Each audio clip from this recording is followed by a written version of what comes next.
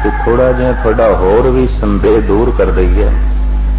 कईयां दे मन च ख्याल है कि गुरु गोबिंद सिंह जी महाराज ने अपनी रचना गुरु ग्रंथ साहब जी महाराज के अंदर क्यों नहीं दर्ज की थी। तो अक्सर जो मैं दो चार कारण संगतां दे सामने रखदा हुंदा वो ये कि गुरु ग्रंथ साहब दे निरोल ब्रह्म की कथा ईश्वर की, लेकिन दसम ग्रंथ दे गुरु गोबिंद सिंह जी महाराज की अपनी कथा भी है। अब मैं अपनी कथा बखाना, तो ये अपनी कथा सारी इतिहासक वार्ता है। मेरा जन्म किथे होया, कदों होया, क्यों कर होया, फिर मैं किस तरीके नाल बचपना कटिया, फिर मैं किवें जंग लड़े, ते हर जंग दी बड़े तफसील दे सहित बचित्र नाटक दे च व्याख्या है। ये सारी गल इतिहासक हो जाती है, लेकिन गुरु ग्रंथ साहब जी महाराज निरोल ब्रह्म दी विचार ने इतिहासक पहलू दे कुछ खोज करोगे तो थानू लभणी नहीं कुछ। गुरु नानक देव जी का जन्म कदों होया, कित्थों होया, कुछ नहीं लिखिया गुरु ग्रंथ साहब दे। ये निरोल ब्रह्म दी विचार है। एक ते इस ख्याल नूं मद्दे नजर रखदे होया साहिबा ने अपनी बाणी गुरु ग्रंथ साहब दे च नहीं चढ़ाई। दूसरा जिहड़ा कारण है वो तर्क है कि गुरु गोबिंद सिंह जी महाराज ने अपनी कथा आप क्यों लिखी। अक्सर अवतारी पुरुषों की कथा दूजे तीजे पुरुषों ने लिखी है। जैसे राम की जीवन कथा तुलसी ने लिखी है, वाल्मीकि ने लिखी है, और इस तरह के होर कुछ आलमा ने जैसे कि पंडित हिरदाराम वगैरह। श्री कृष्ण की सारी जीवन कथा वेद व्यास ने लिखी, कवि नरोत्तम ने, कैसो दत्त ने, इस तरह के होर आलमा ने श्री कृष्ण जी की जीवन कथा लिखी। गुरु गोबिंद सिंह जी महाराज की भी कोई कथा लिख सकता सी और लिखी जा सकती सी, पातशाह ने आप क्यों लिखी।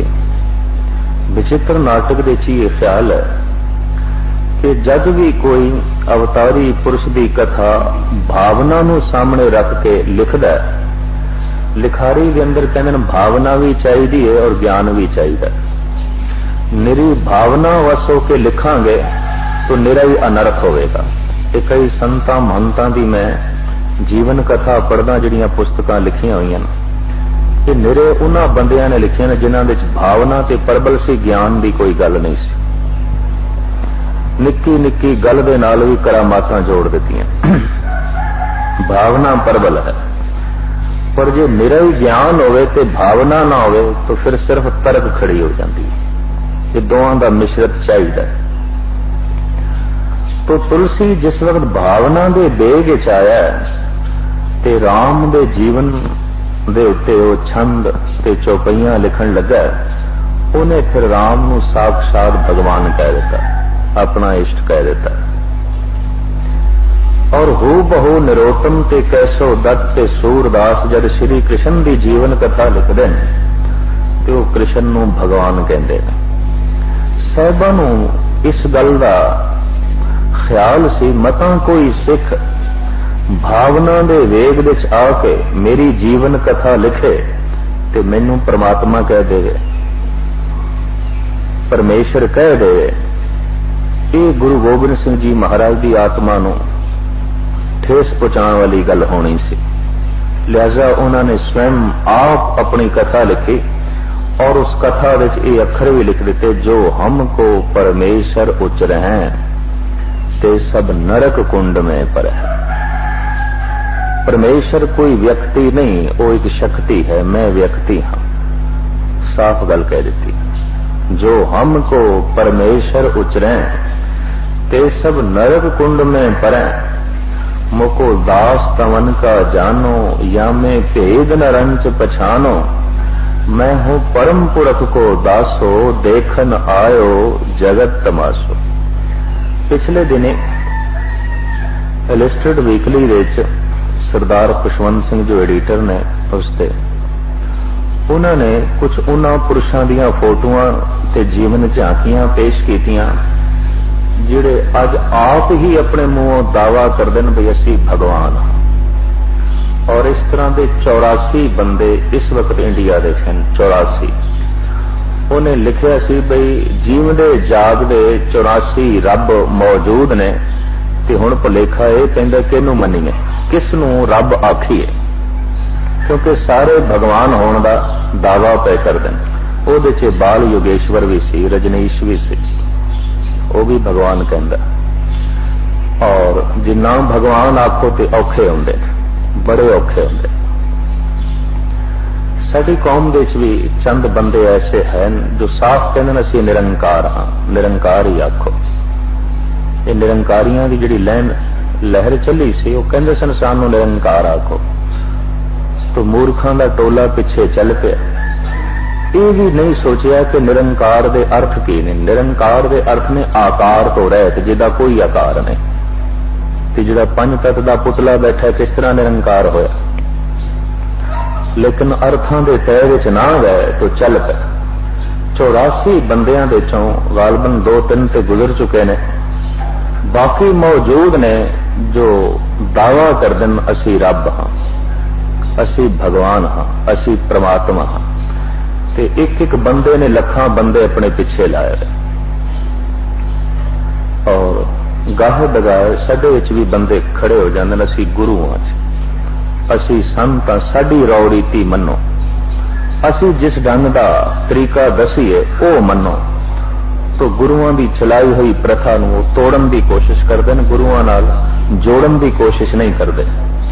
कलगीधर पातशाह ने बड़े जुरत नाल ये अखर लिखे ने, जिहड़ा मैनू परमात्मा समझेगा कुंभी नरक विच जाएगा, जिहड़ा मैनू रब आखेगा कुंभी नरक विच जाएगा। जो हमको परमेश्वर उचरें ते सब नरक कुंड में पर हैं। फिर तुसी कौन हो मोको दास तवन का जानो, या मैं भेद न रंच पछानो, मैं हूं परम पुरख को दासो, देखन आयो जगत तमाशो। मैं संसार का तमाशा वेखण वास्ते आया, उसका दास हाँ, उसका सेवक हाँ। और दरअसल अज नहीं ते कल या एक सदी बाद सारी दुनिया नू इस सच्चाई नू तस्लीम करना पड़ेगा कि व्यक्ति भगवान नहीं हो सकता। व्यक्ति आखिर व्यक्ति है, शक्ति ही भगवान है। जिहड़ा व्यक्ति उस शक्ति नाल जोड़े वो गुरु है, जिहड़ा अपने नाल जोड़े वो पखंडी है, वो झूठा है। तो 10 गुरु साहिबान ने कभी सानू नहीं आखे भी साडी मूर्ति रख के साडी पूजा करो, असी रब। किसी भी गुरु ने नहीं आखे। हर गुरु ने शब्द नाल जोड़न की कोशिश की थी, उस शब्द दे नाल जिस दे च निरोल परमात्मा की गल है, निरोल ईश्वर की गल है, निरोल प्रभु की गल है। और इस सच्चाई नू सहजे सहजे दुनिया तस्लीम करेगी, क्योंकि सच्चाई नू तस्लीम करने वास्ते बहुत वड्डा जिगरा चाहिए, बहुत विशाल दिमाग चाहिए। छोटे दिमाग का बंदा, छोटे दिल का बंदा सच्चाई नू ग्रहण कर नहीं सकता, क्योंकि सच्चाई नू समझण विच वो असमर्थ है। तो 10वें ग्रंथ इसकी गाहे बगाहे रचनावां कुछ मैं आप जी के सामने रखांगा। बहुत सोहने ख्याल जिंदगी के हर पहलू दे ते धर्म के हर नुकते दे गुरु गोबिंद सिंह जी महाराज ने उत्थे दर्ज कीते ने।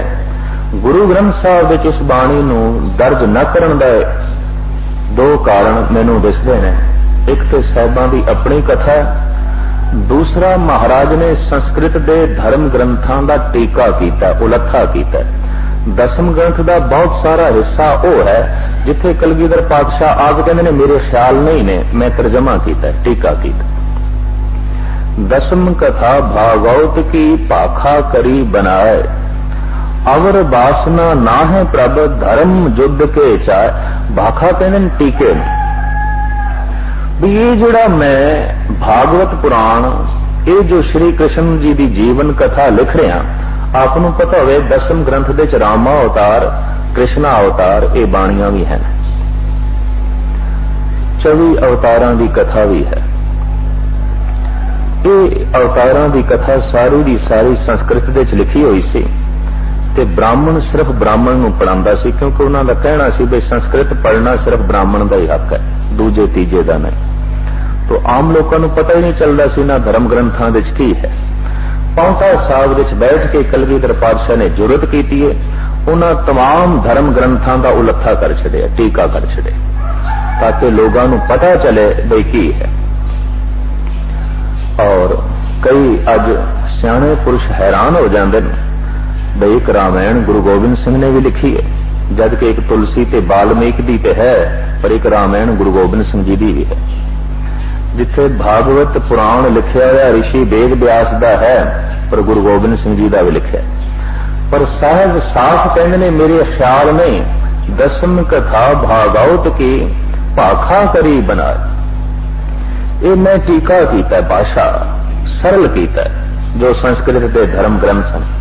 कृष्ण जी की जीवन कथा लिख के फिर कलगीधर पातशाह कहते मैं न गणेश प्रथम मनाहूं, किशन बिशन कब हूं नहीं ध्याऊं, कान सुने पहचान न तिनसो, लो लागी मोरी पग इनसो।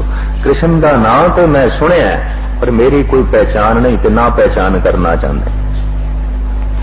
मैं कोई कृष्ण ते गणेश का पुजारी नहीं। ये लफ्ज आखण की गुरु गोबिंद सिंह जी को क्यों लोड़ पै गई? इस वास्ते भी चूंकि आप कृष्णा अवतार लिख रहे हैं, तो भुलेखा ना पै जाए कि आप कृष्ण के पुजारी ने, भुलेखा ना पै जाए। और आप दी ज्ञात वास्ते अर्ज करा, कईयां नूं भुलेखा भी पै गया। जैसे कि भगत चेला राम ने एक पुस्तक लिखी है मुरली महिमा, और असी घट तवज्जा देने हैं कि संसार किस ढंग नाल साडे बारे सोचदा। उस मुरली महिमा की भूमिका विच लिखिया गया कि गुरु गोबिंद सिंह जी महाराज ने अवतारां दा श्रेष्ठ अवतार श्री कृष्ण नूं मनिया। अगां बहुत खुल के ते नहीं कह सके, लेकिन अपनी भावना दर्शा गया। उहदे च कृष्णा अवतार दे उसने छंद भी बकायदा दर्ज कीते ते उहदा टीका भी कीता। छंद किस वक्त मैं आपनूं सुणावांगा। सारी कृष्ण की कथा लिखण तो बाद कलगीधर पातशाह कहते मैं पुजारी नहीं। फिर क्यों लिख रहे हो? फिर ये सारे 24 अवतारां की कथा क्यों लिख रहे हो? दुनिया पता चले इन्हां दी कथा की है।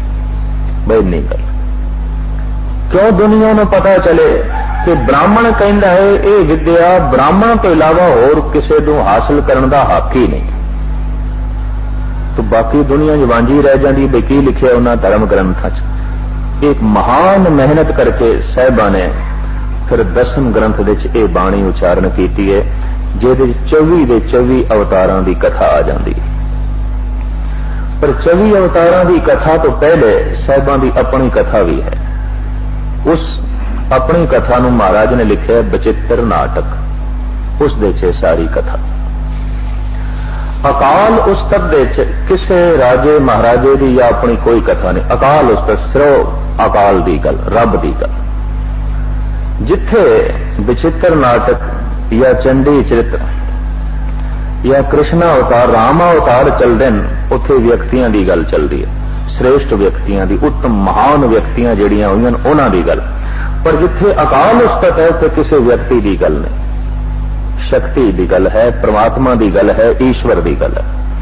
उसे अकाल उस्तत दे चंद सवाल ने कि मैं वो थोड़े सामने रखा।